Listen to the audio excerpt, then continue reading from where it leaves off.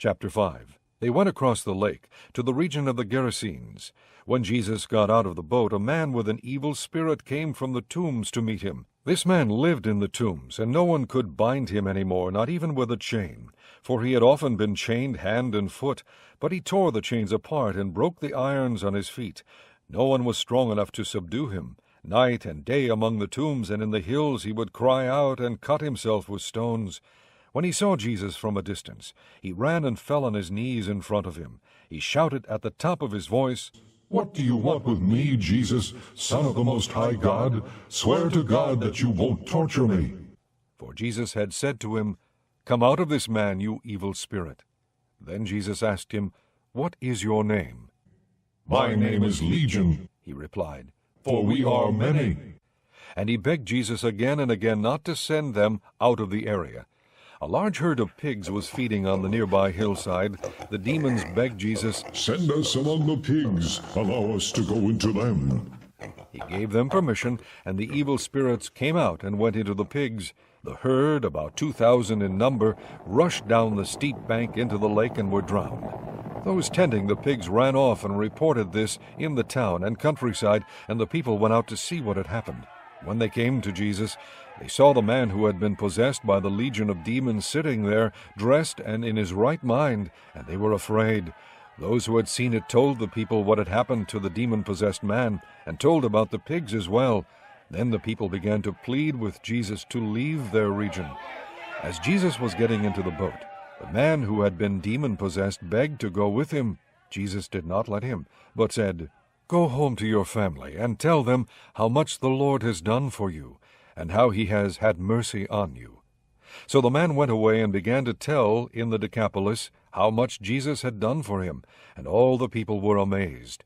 When Jesus had again crossed over by boat to the other side of the lake, a large crowd gathered around him while he was by the lake. Then one of the synagogue rulers named Jairus came there. Seeing Jesus, he fell at his feet and pleaded earnestly with him, "My little daughter is dying. Please come and put your hands on her so that she will be healed and live." So Jesus went with him. A large crowd followed and pressed around him, and a woman was there who had been subject to bleeding for 12 years. She had suffered a great deal under the care of many doctors and had spent all she had, yet instead of getting better, she grew worse. When she heard about Jesus, she came up behind him in the crowd and touched his cloak, because she thought, "If I just touch his clothes, I will be healed." Immediately her bleeding stopped, and she felt in her body that she was freed from her suffering. At once Jesus realized that power had gone out from him.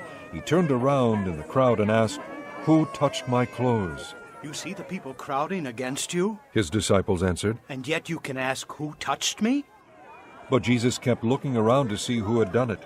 Then the woman, knowing what had happened to her, came and fell at his feet, and trembling with fear, told him the whole truth. He said to her, "Daughter, your faith has healed you. Go in peace and be freed from your suffering." While Jesus was still speaking, some men came from the house of Jairus, the synagogue ruler. "Your daughter is dead. They said. Why bother the teacher anymore?" Ignoring what they said, Jesus told the synagogue ruler, "Don't be afraid, just believe." He did not let anyone follow him except Peter, James, and John, the brother of James.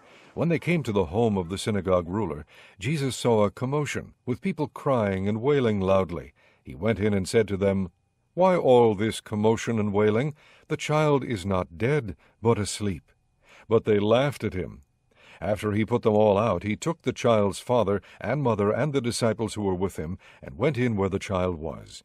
He took her by the hand and said to her, "Talitha koum," which means, "Little girl, I say to you, get up."